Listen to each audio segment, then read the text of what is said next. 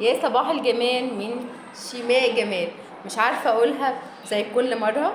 عارفين بقى الصيام وحركاته. كل سنه وانتم طيبين ويا رب يكون ايام سعيده عليكم وعلينا ان شاء الله. وحابه اعرف بقى يا ترى الايام دي هل حضرتوا ليها؟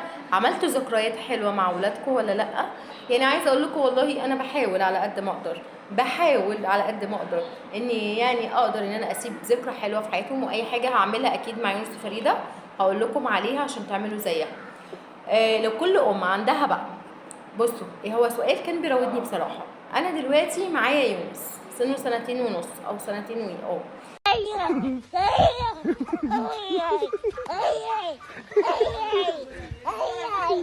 فانا من ايام فريده انا ما كنتش بخليها تشوف الذبيحه.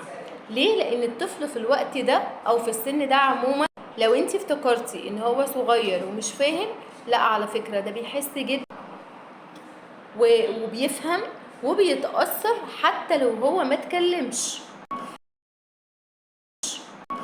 كون ان هو يشوف الدم والذبح والسكينه اللي احنا دايما معترضين عليها، اوعى تمسك السكينه، اوعى تمسك السكينه تضرب بيها اختك، دي بتعور، دي مش عارفه بتعمل ايه، ودايما معترضين عليها ان هو يمسكها.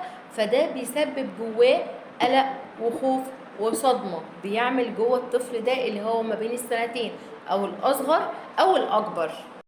فياريت تاخدوا بالكم يا كل مامي تاخد بالها من الموضوع ده. الفرحه مش انه يشوف الخروف وهو بيتذبح او يشوف حاجه بتتذبح قدامه، لان هو هيحسبها كده وهيعمل وهتبقى يعني هتاثر فيه جدا.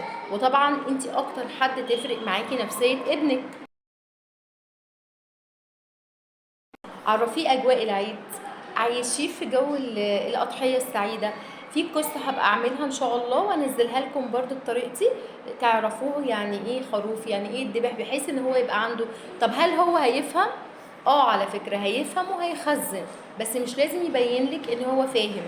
يا ريت تحمي قلبه من اي ضرر ممكن يأذيه عشان العيد يفضل عنده ذكرى حلوه. يا ريت ان شاء الله انا هحاول باذن الله ان انا اعمل كده، وانتوا كمان حاولوا، وان شاء الله يكون عيد سعيد علينا كلنا. وحاولوا تسيبوا له ذكرى حلوه في حياته، لان اكتر المناسبات هي الاعياد اللي فعلا بتسيب بصمه كبيره قوي عند ولادنا، يا بالسلب يا بالايجاب. واشوفكم دايما بخير وكل سنه وانتم طيبين.